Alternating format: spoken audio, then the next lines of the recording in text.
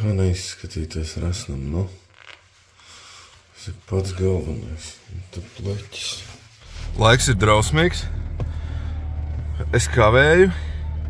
Ir 97:27.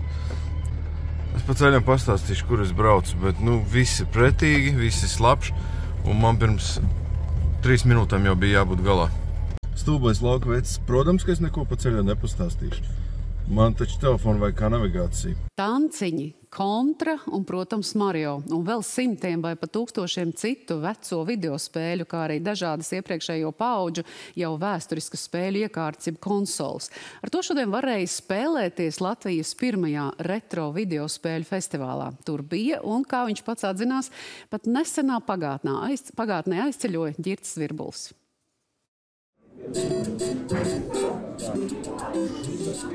Jau pirmās notas no šīs 8-bitu mūzikas uzreiz liek justies kā bērnībā.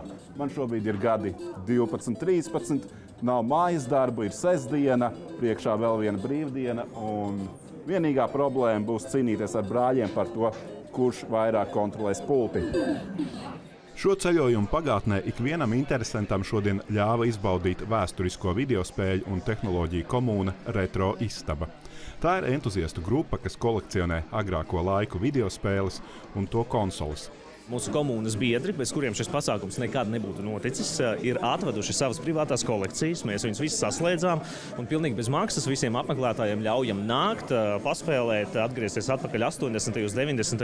un paspēlēt vecās video spēles, papļāpāt un atcerēties, kā tas bija. Gaičaļus nostalģiju pavalk, ne?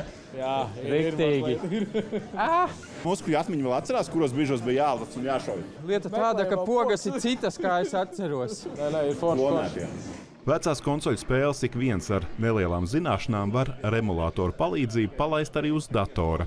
Bet šī ir unikāla iespēja paspēlēt tās oriģinālā formā, uz vēsturiskajām iekārtām. Un aiz katras no tām ir vesels stāsts.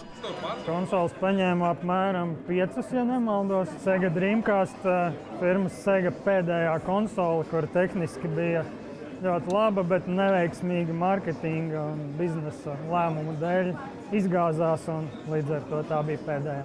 Neo Geo, kas ir arī diezgan unikāla konsole, jo tā patiesībā nav konsole, bet aparāts no spēļu zālēm, kurš ir pielāgots lietošanai mājās. Es saprotu, arī monitors ir īpašs, vai ne? Tas nav vienkārši televizors. Jā, tas ir endoskopijas monitors, lietots slimnīcā. Tagad tiek lietots jautrākiem mērķiem. Galvenokārt tas, ka pareizs krāsas un bilde ir stabila. Pati klasika, jā. Un jā, pie mums Latvijā viszināmākā konsole Nintendo Entertainment System. Mums gan bija kloni, Dendy, Žiliton un UFO. Nu jau izaugušie spēlētāji nāk nevien paši atcerēties bērnību, bet arī saviem bērniem parādīt, ar ko viņu vecumā nodarbojušies. Atvedi meitu, parādīt, kādas spēles mēs bērnībā spēlējām? Jā, tieši tā. Tas ir daudzreiz savādāk, un tas Nintendo, kas viņai šobrīd ir pavisam savu, viņa bija šokā. Jā, man ir pašai savs Nintendo, bet citādāks. Man ir jaunāks. Mūsējiem ir 3D grafika, bet visas spēles ir 2D. Kuras jautrāks, 2D vai 3D? Abas. Īpaši prieks ir par to, ka cilvēki nāk nevis vienkārši apskatīties šīs iekārtas, bet viņi reāli viņas arī uzspēlē. Patīkami, jo tās iekārtas mums mājās stāv kolekcijās, viņas krāja putekļus, un šeit beidzot kāds viņas spēlē. Pagaid. Tas ir dzīvībiņš. Kā tas ir augšā ciki? Iepriecināti par lielo spēlētāju interesi, Retro Istabas biedri plāno nākamo festivālu rīkot jau lielākās telpās ar vēl plašāku konsoļu klāstu.